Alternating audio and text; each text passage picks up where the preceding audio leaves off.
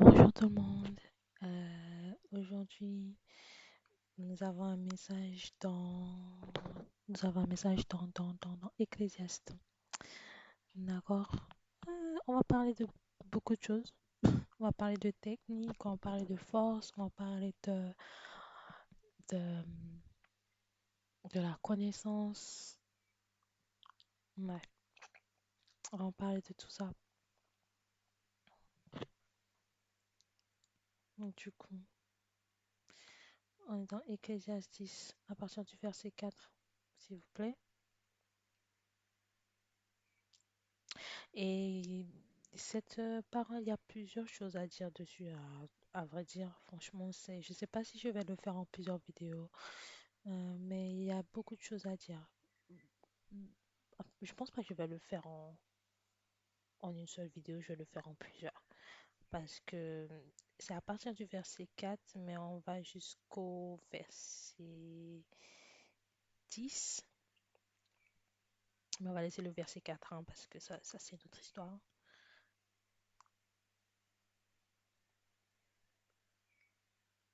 Voilà, on est à partir du verset 9 et 10, Ecclésiaste, verset 9 et 10. D'accord? On va prier. Éternel, je te remercie pour ce message. Je te remercie, Éternel, car tu nous montres la foi et le chemin à suivre pour que nous soyons performants, Éternel, et pour que nous soyons aiguisés. Merci, Jésus, pour ce message et que toute la gloire te revient, Éternel, afin que nous puissions aller vers la maturité spirituelle. Amen. Donc voilà, vous avez compris, la prière, c'est au sujet de la maturité spirituelle, c'est au sujet de la technique spirituelle, si on veut. Je dirais plus maturité spirituelle, mais bon, on est plus sur ça. C'est pas vraiment de la maturité spirituelle, mais c'est des choses qui nous permettent d'aller vers la maturité spirituelle. En tout cas, c'est des choses qui nous permettent de rester, de rester fort et sain d'esprit, si on peut dire. Euh, Pas dans le terme 500, mais c'est plus dans le terme qu'on ne fasse pas les mêmes erreurs à chaque fois, qu'on puisse être, qu'on puisse avoir le discernement. Voilà, c'est ce mot que je cherche. Ecclésiaste 10, verset 9 dit, celui qui remue des pierres sera blessé par elles, et celui qui fond du bois s'expose au danger s'il a usé la hache et ne l'a pas aiguisée. Il devra redoubler de force. La sagesse a l'avantage de donner le succès. La sagesse, il y a beaucoup de paroles sur la sagesse, notamment dans les proverbes. Je vous conseille de lire les proverbes parce que c'est très intéressant. D'accord? Et moi, je peux plus m'intéresser sur ce qu'il a dit, sur ce qui est dit, sur ce que l'Ecclésiaste dit aussi au niveau de la hache aiguisée. D'accord? Quand on veut couper du bois, il faut de la technique et il faut de la force. Et même si on n'a que la technique, on a plus de chances que, que les choses aillent mieux que si on n'utilise que la force. Parce que si votre hache n'est pas aiguisée, que vous utilisez que la force, il y a quand même un petit problème. Comme il est dit dans le verset 10, s'il a usé la hache et ne l'a pas aiguisée, il devra redoubler de force. Cela demande plus de, de travail. Donc, la technique, c'est la connaissance plus la leçon de vie, les leçons de vie et la force. La force peut être un petit peu un mélange d'ignorance, mais il y a les efforts qui viennent avec. Parce que c'est pas parce qu'on a la force qu'on a la technique. On peut avoir la force sans la technique et à ce moment-là, comme il est dit pour le chapitre 10, versets 9 et 10 de l'Ecclésiaste, vous allez utiliser beaucoup de force et vous n'avez pas forcément les, les connaissances qui viennent avec. Donc vous allez vous faire du mal en fait. Donc, j'ai cherché, d'accord, pourquoi il faut qu'une hache soit par exemple, euh, aiguisée. Donc, j'ai trouvé qu'une hache émoussée peut mettre la vie en danger. Vous vous rendez compte? Si vous émoussez pas la hache, si vous l'aiguisez pas, ça peut mettre votre vie en danger. C'est la même chose dans le monde spirituel. Cela oblige d'exercer plus de force et de faire des mouvements incontrôlés et les conséquences peuvent être catastrophiques. Vous vous rendez compte? Imaginez si on met à la place une, une vie spirituelle,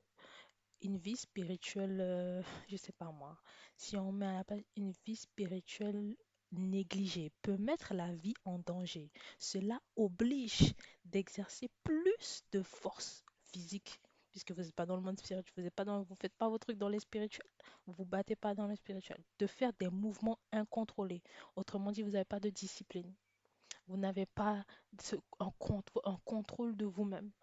C'est l'ennemi qui vous contrôle, c'est votre chair qui vous contrôle, c'est les événements extérieurs qui vous contrôlent et les conséquences peuvent être catastrophiques. Autrement dit, vous prenez des décisions par ce manque de contrôle, par ce manque de, hum, de discipline, vous prenez des décisions comme ça à la va-vite, même si c'est pas à la va-vite, parce que des fois avec Dieu, il faut prendre des décisions vite.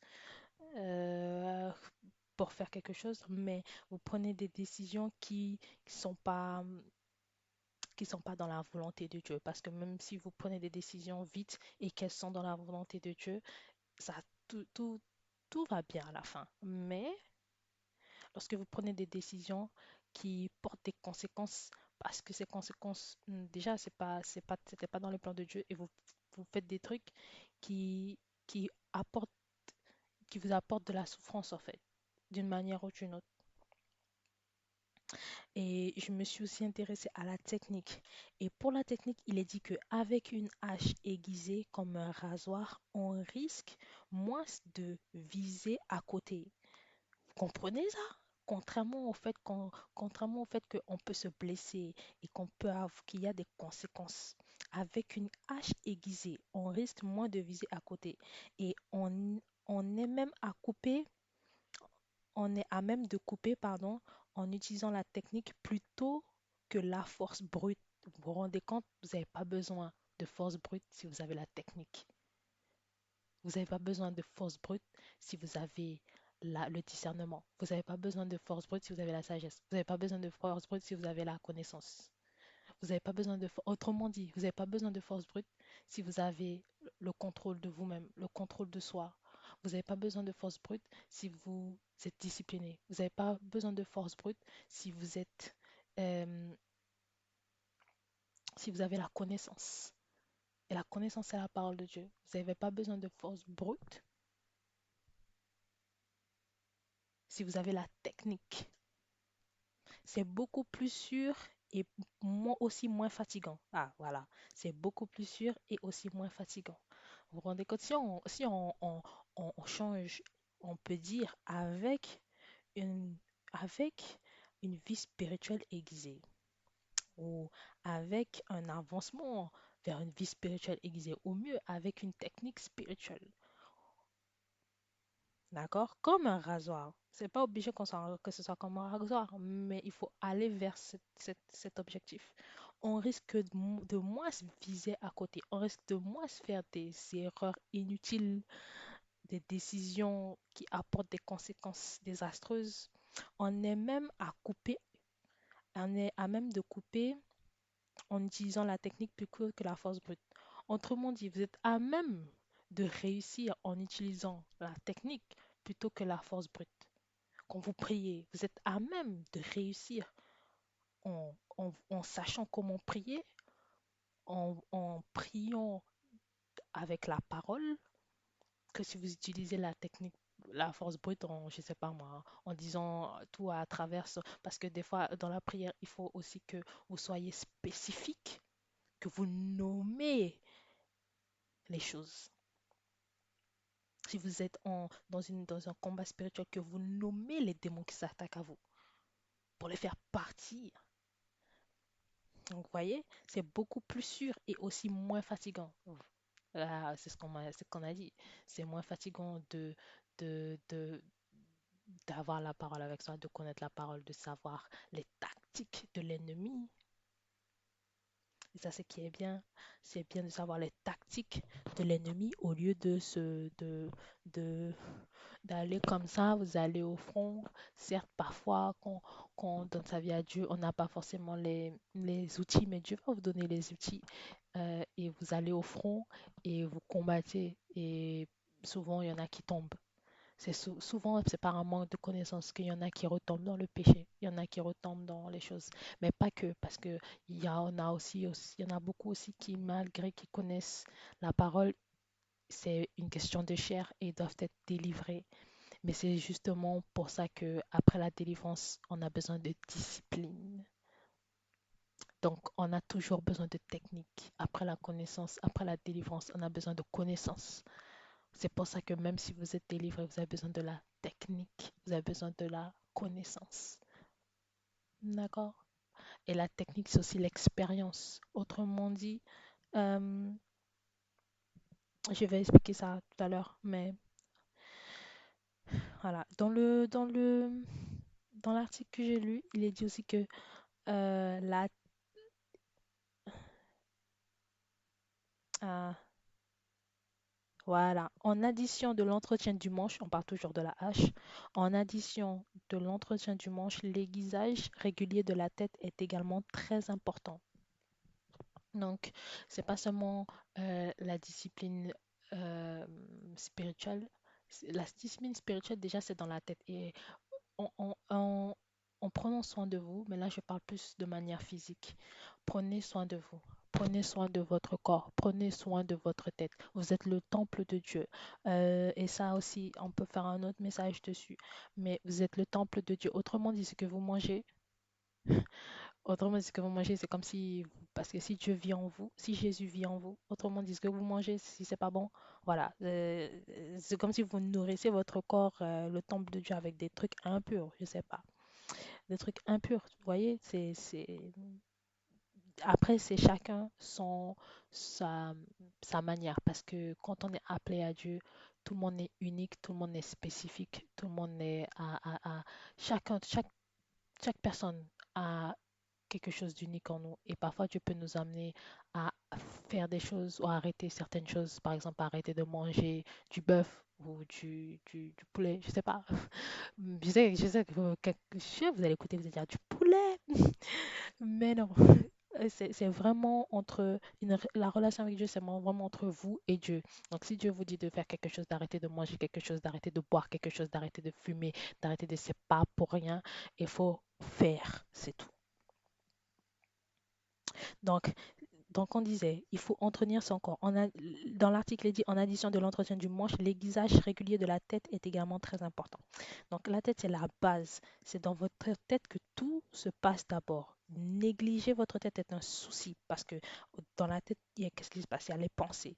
Et les pensées peuvent amener à de mauvaises choses, à de mauvaises humeurs, à de mauvais choix. Et comme on a dit tout à l'heure, les mauvais choix, le choix de ne pas s'aiguiser, ne pas être aiguisé apporte avoir des conséquences désastreuses dans la vie. Donc, si vous faites des mauvais choix, des mauvaises décisions parce que vous n'êtes pas aiguisé dans votre tête, ça peut être très, très, très conséquent pour vous. D'accord? Euh, et c'est aussi très important, je veux que vous écoutiez très bien, parce que quand vous êtes sur le point de réussir, quand vous êtes libre des choses du passé, quand vous êtes libre des addictions, quand vous êtes libre des mauvaises fréquentations, de votre manque de confiance, quand vous êtes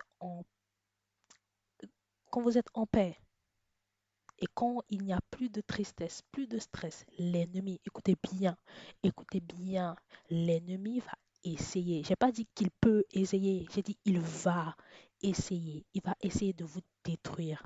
Il va essayer de détruire votre délivrance. Il va essayer de vous ramener vers les choses du passé. Il va essayer de détruire de vous ramener vers les mauvaises fréquentations.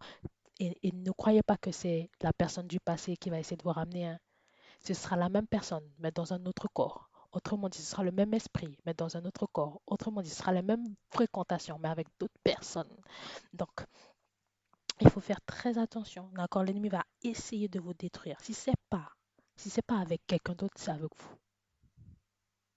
Donc, si l'ennemi ne peut pas utiliser quelqu'un d'autre pour essayer de vous ramener dans le passé, pour essayer de vous ramener vers même si c'est des nouvelles personnes, mais c'est les mêmes fréquentations, c'est le même type de fréquentation, c'est le même genre, c'est la même catégorie, des trucs toxiques, des choses toxiques, des addictions, des manipulations. Donc, mm, il faut comprendre que si c'est pas avec quelqu'un que vous connaissez, c'est avec quelqu'un de nouveau. Et si ça peut pas être quelqu'un d'autre, autre, et quand je dis autre, c'est autre que vous, si ça peut pas être quelqu'un d'autre, c'est soit votre environnement, et ne croyez pas que c'est limité aux étrangers, hein. C'est la famille, les amis, tout. D'accord? C'est soit votre environnement, soit vous-même. Et l'environnement, ça veut dire, ça veut tout dire, là où vous habitez, votre quartier, euh, ce que vous regardez sur Internet, ce que vous faites, là où vous allez, euh, parce que, on va revenir dessus, ce que, où vous allez, d'accord? Et ça peut être dangereux. J'ai pas dit qu'il faut aller nulle part, hein, mais j'ai dit qu'il y a des endroits où vous savez qu'il y a un risque. Il faut pas prendre de risque. Si vous savez que, par exemple, vous êtes alcoolique et que là où vous allez, il y a un bar, c'est votre bar préféré, pourquoi vous y allez? Même si vous devez passer devant, passez pas. Prenez un autre chemin, passez pas devant.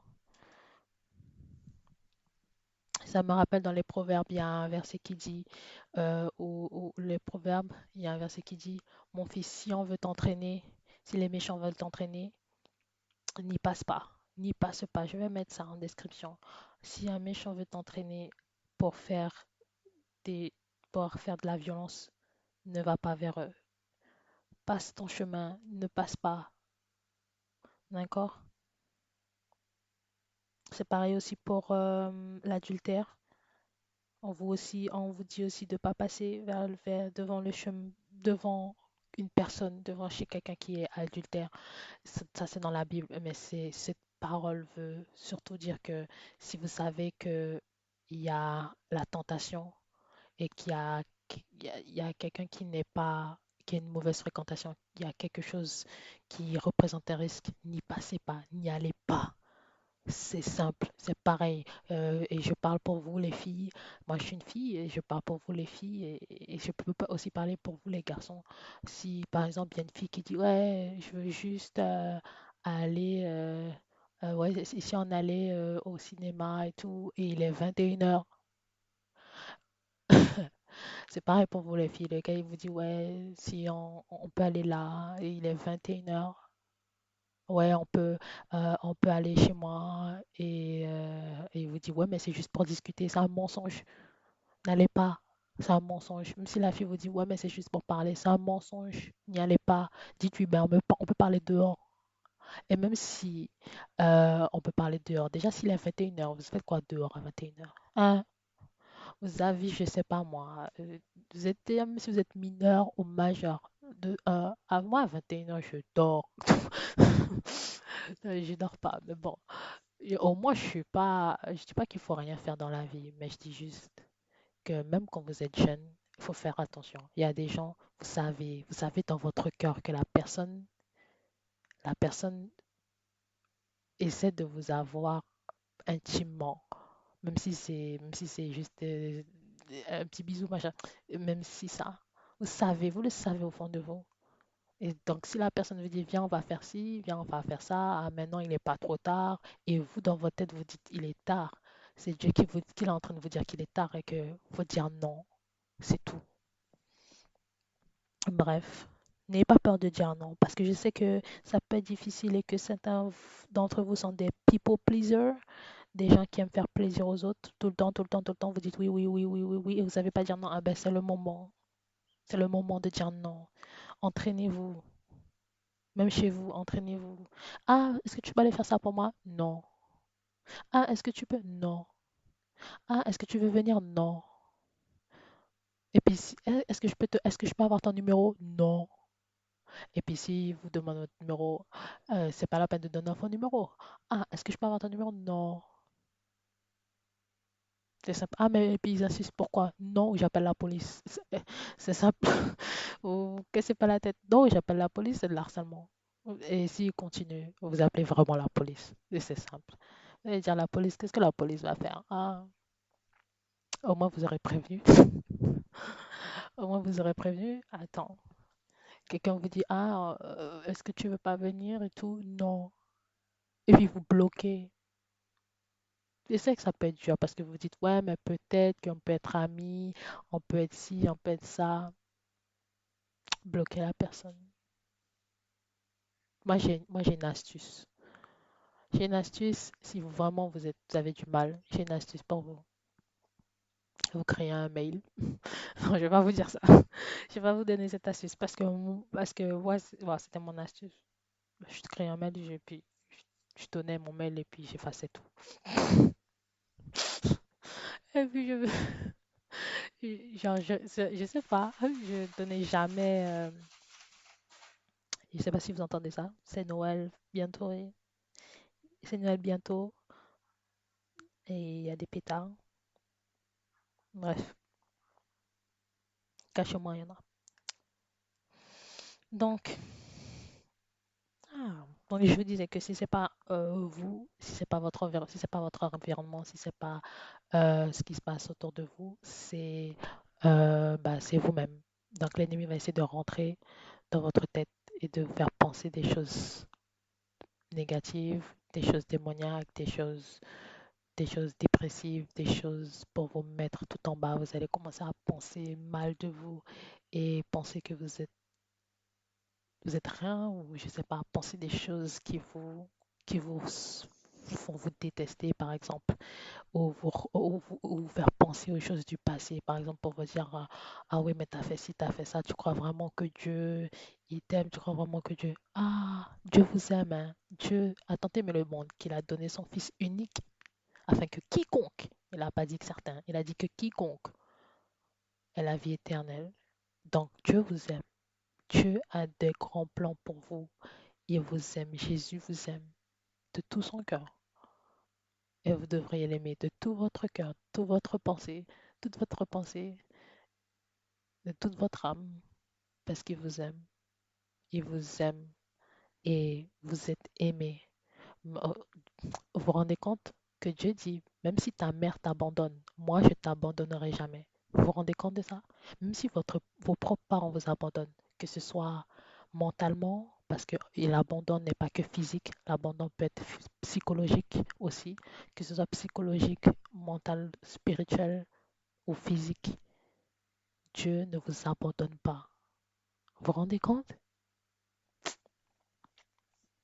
Je suis sûr que vous ne vous rendez pas compte à quel point c'est puissant. Donc, si c'est pas par quelqu'un d'autre, si c'est pas par votre environnement, ce sera par votre pensée, votre mental. Et même si elles ont l'air d'être physiques, même si ces choses ont l'air d'être physiques et pas spirituelles et pas mentales, elles le sont mentales d'abord. Parce que imaginez, vous vous dites, ah imaginez vous souffrez de dépression et vous vous dites, ah moi je suis ci, je suis ça, je suis ça. Déjà la dépression c'est toujours mental et ça joue sur le physique. Donc, dans le physique, ça se manifeste dans le physique. Vous faites moins d'efforts, vous faites moins de choses, vous êtes mal, vous bougez pas de votre lit, je sais pas, euh, vous mangez plus, vous buvez plus, vous êtes dans une émotion tellement négative, vous avez l'impression d'être six pieds sous terre, mais c'est dans votre tête seulement. Et ça a joué sur votre physique. Il faut donc changer ce que vous pensez de vous-même. Et pour ça, je vous invite à écrire. Écrivez, écrivez, écrivez, écrivez, écrivez. Tout ce que vous avez dans la tête, écrivez pour vous libérer. Même si vous êtes dans votre chambre, vous devez crier, crier, crier, crier, pleurer, pleurer, mais pleurez pas longtemps. Débarrassez-vous de ces émotions. Et prier, c'est la première chose qu'il faut faire. Prier, demander à Dieu de vous débarrasser de toutes choses qui vous font du mal. Je prie pour vous que toute pensée négative et toute pensée démoniaque et toute pensée que l'ennemi essaie de mettre sur vous pour empêcher votre, votre, votre, cette chose unique de se manifester dans votre vie, cette chose merveilleuse que vous êtes. de se manifester dans votre vie au nom puissant de Jésus. Soit détruit toute pensée, soit détruit toute pensée négative qui vous empêche d'arriver là où Dieu vous en met, qui veut vous laisser être en arrière, soit détruit dans votre vie au nom puissant de Jésus. Amen. Amen, amen. Par exemple, je vais vous donner un exemple. Euh, Quelque chose qui m'est... Bon, pas parler de moi, c'est pas vraiment un témoignage, mais bon. Par exemple, quelqu'un vous crie dessus et vous insulte.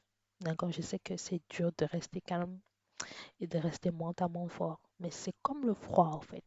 Le froid, il est moins ressenti si dans votre tête vous pensez qu'il fait pas froid. Donc c'est comme le froid. Donc quand quelqu'un vous crie dessus, vous réagissez pas. Je sais que c'est dur, hein. C'est dur. Je sais que pour certains, pour beaucoup, peut-être certains, c'est pas dur. Mais je sais que ça peut être difficile et c'est ça le contrôle de soi-même. Donc il faut être spirituellement aiguisé. En tout cas, pour moi, c'est pas dur. J'espère pour vous que vous serez spirituellement aiguisé. Soyez spirituellement aiguisé. Cherchez la technique, surtout si vous êtes nouveau en Christ. Car ça vous évitera que la vie vous donne toujours les mêmes leçons et que vous ayez les mêmes résultats qui mènent nulle part, qui mènent que dans les problèmes, que dans la tristesse, que dans la honte, que dans l'incompréhension, que dans la souffrance, que dans la trahison. D'accord? Que dans la trahison, même si dans un groupe, il y a souvent un Judas, mais ça c'est une autre histoire. Parce qu'on peut lire dans la Bible qu'à chaque fois qu'il y avait un groupe, il y avait toujours quelqu'un qui essayait de détruire. Donc, bref, ça c'est une autre histoire, ça c'est autre chose. Donc, il faut que vraiment que vous cherchiez la technique. Et je sais que la vie est un combat spirituel et vous n'êtes pas censé, ça me dérange parce que vous n'êtes pas censé passer et repasser par les mêmes leçons toute votre vie. D'accord? Car vous recommencez les mêmes choses, les mêmes cycles, parce que vous faites les mêmes choix, parce que vous restez dans ce qui est mauvais pour vous, parce que vous retournez en arrière. C'est fini, stop, on arrête. C'est fini. Stop, stop, stop, stop, stop. On arrête tout. Les relations bizarres, sans but et toxiques, c'est terminé. En amour, en famille, comme en amitié, même au boulot, surtout au boulot là. Vous commencez à mettre des barrières. Mettez des barrières, surtout avec les collègues. Mettez des barrières. N'ayez pas peur. Demandez à Dieu de vous aider à mettre des barrières. Car si vous ne pouvez pas, des fois, si vous êtes trop faible et que vous ne pouvez pas, et je dis pas, et c'est pas une mauvaise chose d'être faible, parce que quand vous êtes faible, vous êtes fort en Christ. Même si vous êtes faible, vous êtes fort en Christ. Donc, bah, moi, je suis passé par là. Et je peux vous dire que c'est dur, mais Dieu vous donne toujours la force. Donc, il faut mettre des barrières. Et puis, aussi, si vous avez eu une addiction, que vous avez une addiction, une fois que vous êtes délivré, il faut faire son maximum pour pas retourner. Vous comprenez? Et les addictions, ça peut être plein de choses. Ça peut être les réseaux sociaux, ça peut être, pardon, oh mon Dieu, ah, ça peut être les achats compulsifs, ça peut être l'impudicité, ça peut être l'immoralité, ça peut être la PORNO, ça peut être, si vous n'avez pas compris, ça peut être, si vous n'avez pas compris, des, je parle des images ou des vidéos à caractère intime. C'est de ça que je parle. Ça peut être ça, ça peut être la oui. Enfin, ça peut être le brocoli, si vous avez compris. La chose verte que les gens fument. Je sais même pas. En fait, je dis ça d'une autre manière parce que je sais pas si YouTube.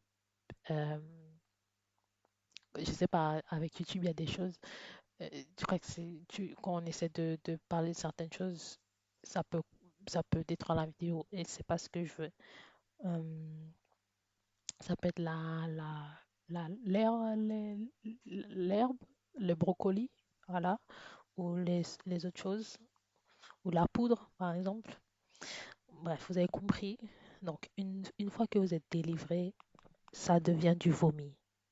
Et c'est jeté aux égouts. C'est jeté dans les abîmes de l'enfer. C'est du vomi, c'est jeté aux égouts. On n'y retourne pas. C'est comme si vous y retourniez, si vous y retournez, c'est comme si vous mangez dans les égouts. C'est comme si vous allez manger dedans. C'est comme si vous mangez dans les égouts. C'est pareil pour les relations toxiques. C'est comme si vous allez manger dans les égouts. Et il y a une parole dans les proverbes à ce sujet. Je vous assure, le truc, il est tellement fort, cette parole.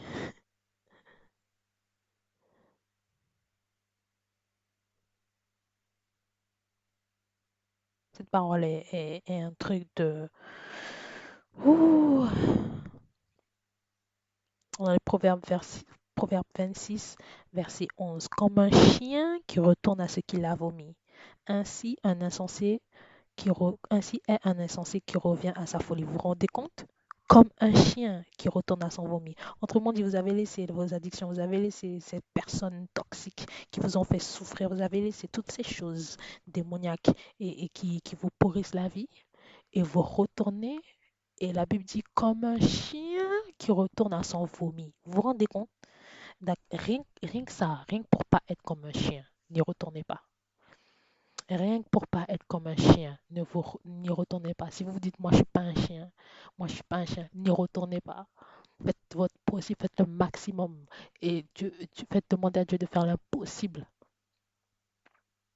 pour que, pour que vous ne retourniez pas. Et puis d'abord, c'est du vomi. Donc quand vous regardez en arrière, soyez dégoûté. Il faut que vous soyez dégoûté, dégoûté de ce que vous faisiez, dégoûté de ce qui s'est passé, dégoûté de cette addiction.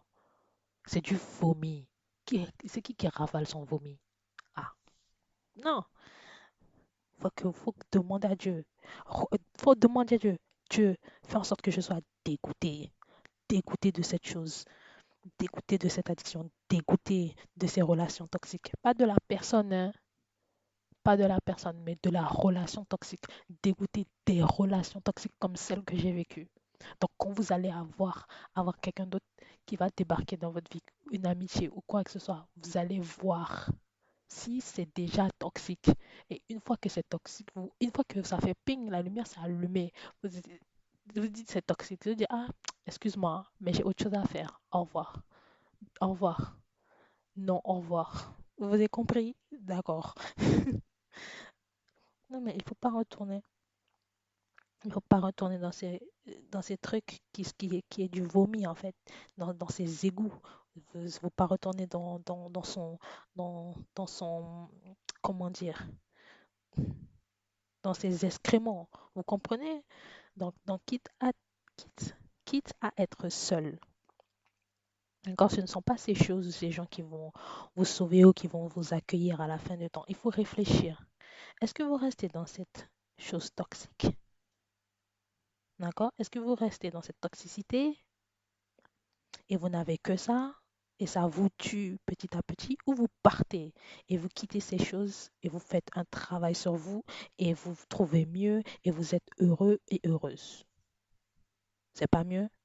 Vous ne trouvez pas que c'est mieux? Moi, je trouve que c'est mieux. D'accord? Mais certes, ça sera pas comme pour maintenant avec une satisfaction immédiate. Parce qu'avec les addictions, vous avez une satisfaction immédiate. Avec les relations toxiques, vous avez une satisfaction immédiate. Mais vous avez aussi un manque immédiat. Vous avez aussi un- une souffrance. D'accord? Mais la souffrance, elle prend du temps. Les relations toxiques, c'est comme ça. La souffrance, elle s'accumule. Et à un moment donné, vous allez tout subir. Vous allez sentir cette souffrance spirituelle et cette souffrance physique parce que un cœur brisé, c'est comme si on vous avait poignardé en fait. Quand vous avez le cœur brisé, c'est ressenti physiquement. Donc, et je peux vous dire que quand on vous fait du mal, c'est ressenti physiquement. Et cette souffrance, elle peut s'élargir. Donc, il faut pas prendre le risque. J'ai pas dit qu'il faut pas faire confiance aux autres, hein. J'ai dit que quand vous voyez que c'est toxique, faut pas rester et il faut pas prendre le risque de se faire du mal. à moins que ce soit Dieu qui vous ait dit, écoute, tu dois rester parce que c'est ce que cette personne va être sauvée, parce que je veux que vous soyez ensemble, parce que vous allez avoir une famille, parce que, à moins que ce soit Dieu qui vous dit ça. Mais moi, je vous dis, dans la plupart des cas, c'est pas le cas. Dieu vous laisse pas avec quelqu'un qui vous fait souffrir. Et même si la personne vous a fait souffrir, Dieu vous sépare et change la personne. Si vous devez être ensemble, Dieu vous sépare et change la personne et vous change vous afin que vous puissiez revenir. C'est comme ça que ça se passe la plupart du temps. Désolée pour cette chose, mais ce sont des pétards.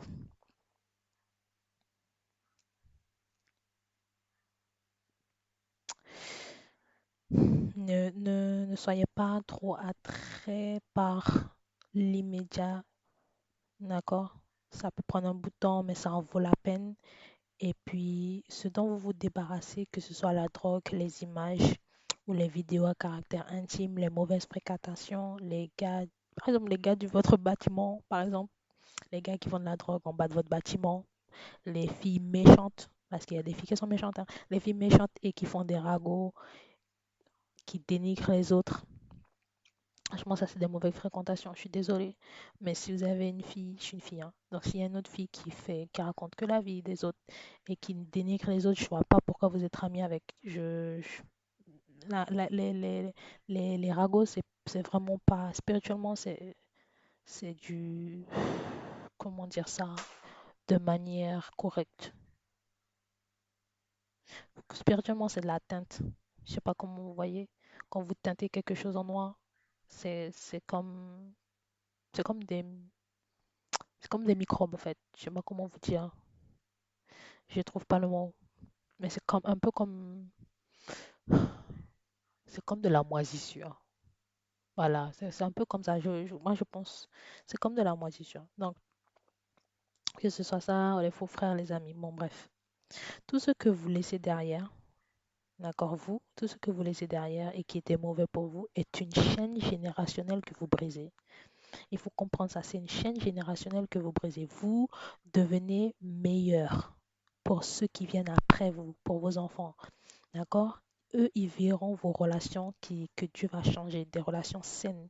Et c'est également le cas pour les maladies générationnelles qui se transmettent de parents à enfants ou de grands-parents à enfants ou aux petits-enfants, même ancestrales.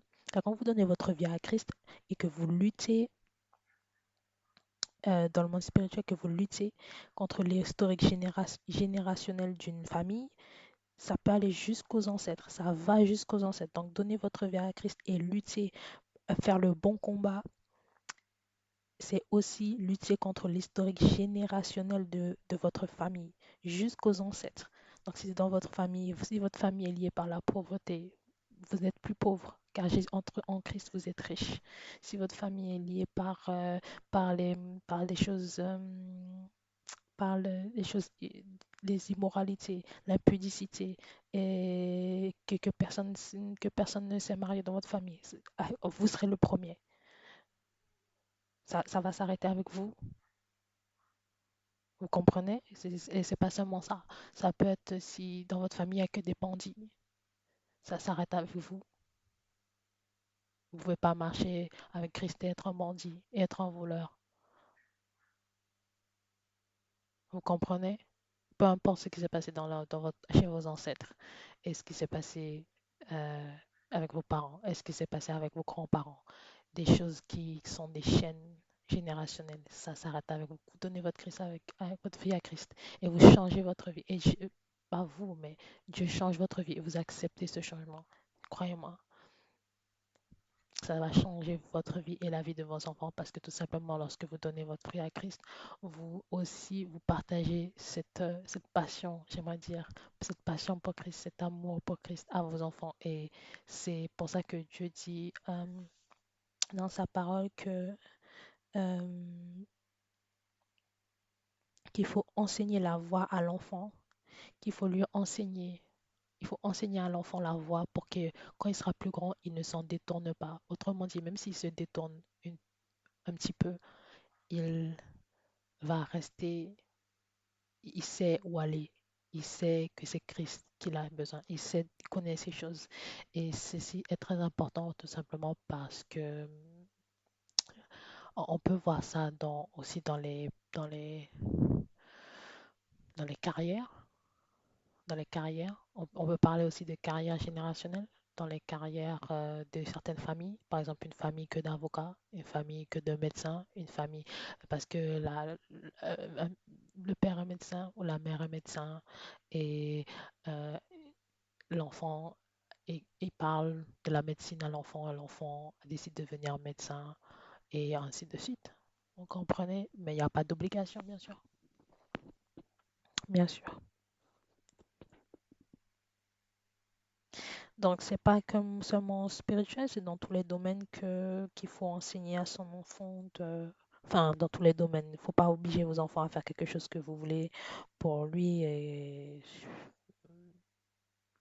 il faut pas faire ça parce que ça peut provoquer du ressentiment et vous pouvez aussi être, comment dire, parce que vous savez pas ce que Dieu veut pour cet enfant. Donc, si cet enfant a décidé quelque chose et que Dieu a décidé autre chose, ça c'est entre l'enfant et Dieu.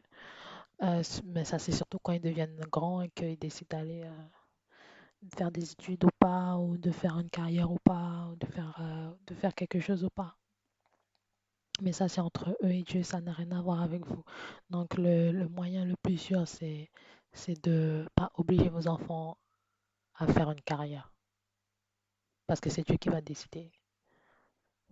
C'est Dieu qui va décider. Et si vous vous mettez entre les plans de Dieu, si vous mettez contre les plans de Dieu pour votre enfant, alors là, je peux vous dire que vous allez souffrir des conséquences. Je pense que si vous êtes assez en Christ et que vous avez assez de discernement, vous savez que c'est une chose très dangereuse que de se mettre en travers des plans de Dieu pour quelqu'un.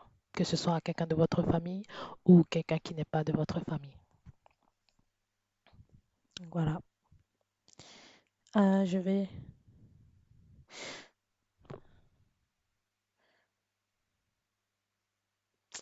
je cherche.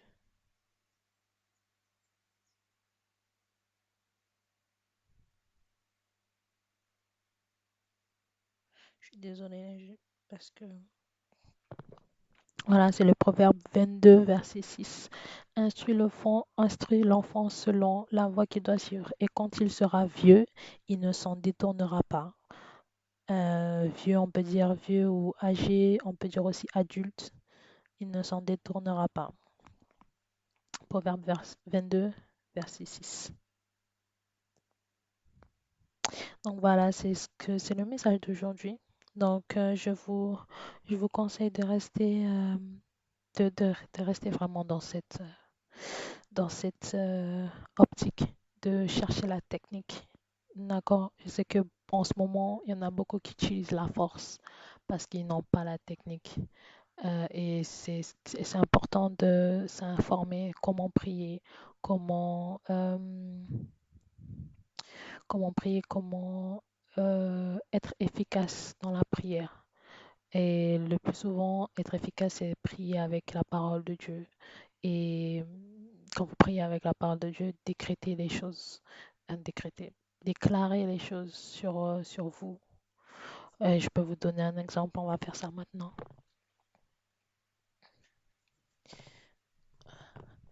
Juste que je récupère ma Bible. Je préfère avoir ma Bible papier au lieu de l'avoir sur le téléphone.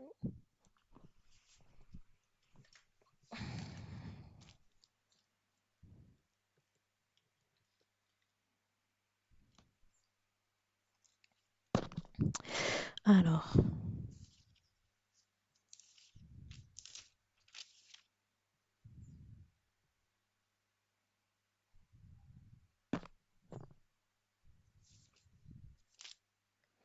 le plus grand exemple, c'est dans les psaumes. Parce que dans les psaumes, quand David y parle, il dit je.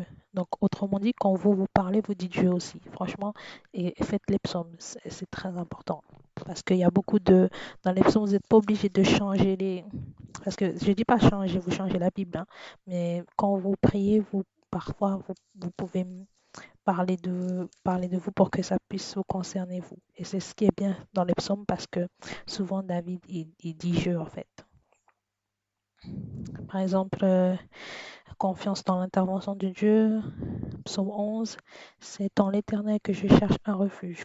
Comment pouvez-vous me dire, fuis dans les montagnes comme un oiseau? Les méchants bandent leur arc, ils ajustent leurs flèches sur la corde pour tirer dans l'ombre ceux qui ont le cœur droit. Quand les fondements sont renversés, que peut faire le juste? L'Éternel est dans son saint temple, l'Éternel a son trône dans le ciel. Ses yeux regardent, il examine les hommes. Là, c'est plutôt général, mais on va finir le chapitre quand même, il est tout petit. L'Éternel examine le juste, il déteste le méchant et celui qui aime la violence.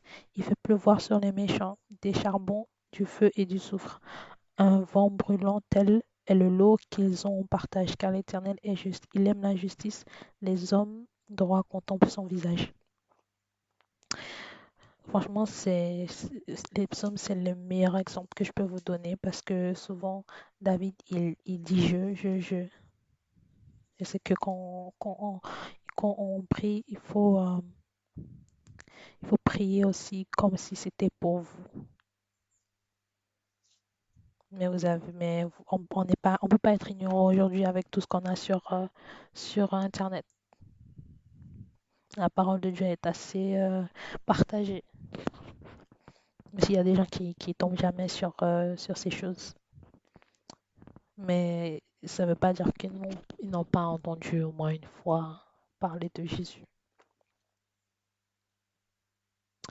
Donc voilà, donc c'est important et que vous soyez aiguisés pour pas que vous ayez les mêmes, euh, les mêmes expériences, les mêmes cycles, que vous ayez les mêmes relations toxiques, même si c'est avec des personnes différentes, mais que des relations toxiques, que vous ayez des mêmes problèmes d'argent à chaque fois, à chaque fois, à chaque fois, à chaque fois, à chaque fois. Il faut que vous appreniez les bases de, de comment gérer l'argent, les bases de comment faire les choses euh, pour gérer votre budget.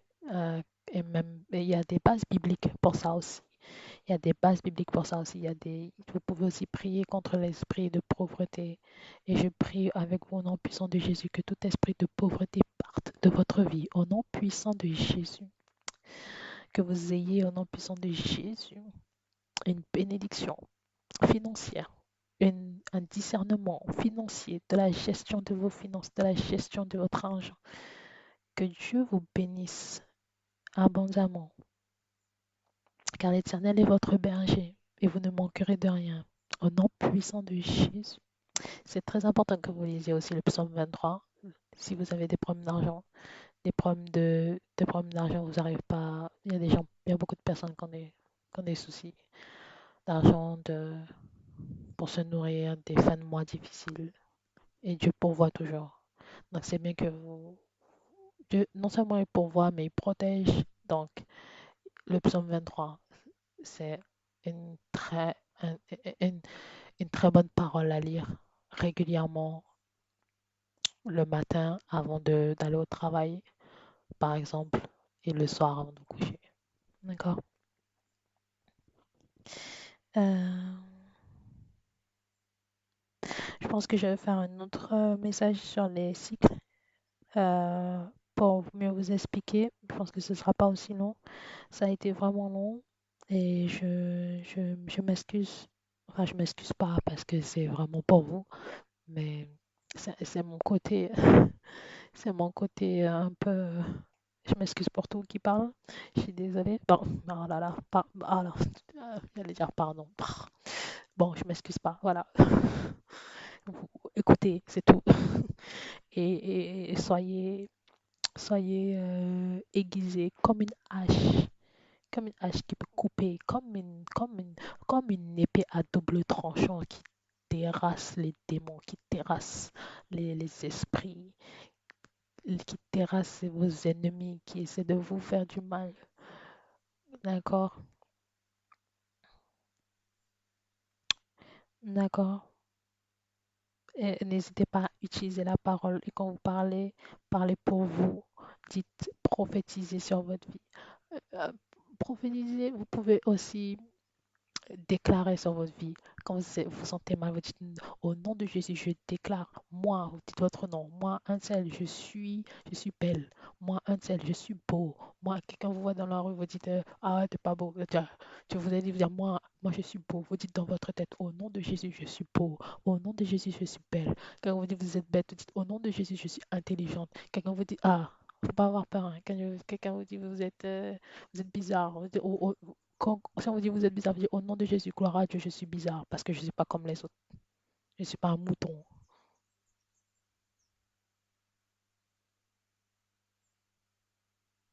Donc que Dieu vous bénisse. D'accord? Je vais prier pour vous. Éternel, je te remercie, Jésus, pour tout ce que tu fais pour nous au nom puissant de Jésus. Pour cette parole éternelle, je te remercie pour ton nom. Je te remercie pour ton sacrifice à la croix. Je te remercie, éternel, pour Jésus. Parce que tu as donné ton fils Jésus. Tu as amené au nom puissant de Jésus cette personne si parfaite pour nous montrer la voie au nom puissant de Jésus. Merci, merci Jésus pour ton sacrifice. Que tu sois exalté, que ton nom soit béni, que ton nom soit glorifié. Montre-nous ta gloire au nom puissant de Jésus dans notre vie. Au nom puissant de Jésus, car tu as révélé ta gloire et tu la révéleras encore au nom puissant de Jésus. Nous te remercions pour ce nouveau départ. Nous te remercions pour la délivrance. Nous te remercions, Jésus, parce que tu es Jésus, parce que tu es saint, parce que tu es puissant, parce que tu nous aimes, parce que tu nous as choisis. Nous ne t'avons pas choisi, tu nous as choisis. Merci, Éternel, que toute la gloire et l'adoration te reviennent. Alléluia. Merci pour ce nouveau départ. Merci parce que tu es là. Même quand on pense que tu n'es pas là, tu es là, tu es avec nous, tu nous protèges. Même sur le chemin, on marche. On ne te voit pas, mais tu es marche avec nous. Tu prépares une table pour nous en face de l'adversaire. Merci Jésus, car tu es saint, car tu es puissant. Merci pour la grâce. Merci. Merci Jésus. Merci car tu es merveilleux. Merci pour tes bienfaits. Merci pour la protection. Merci parce qu'on est en vie.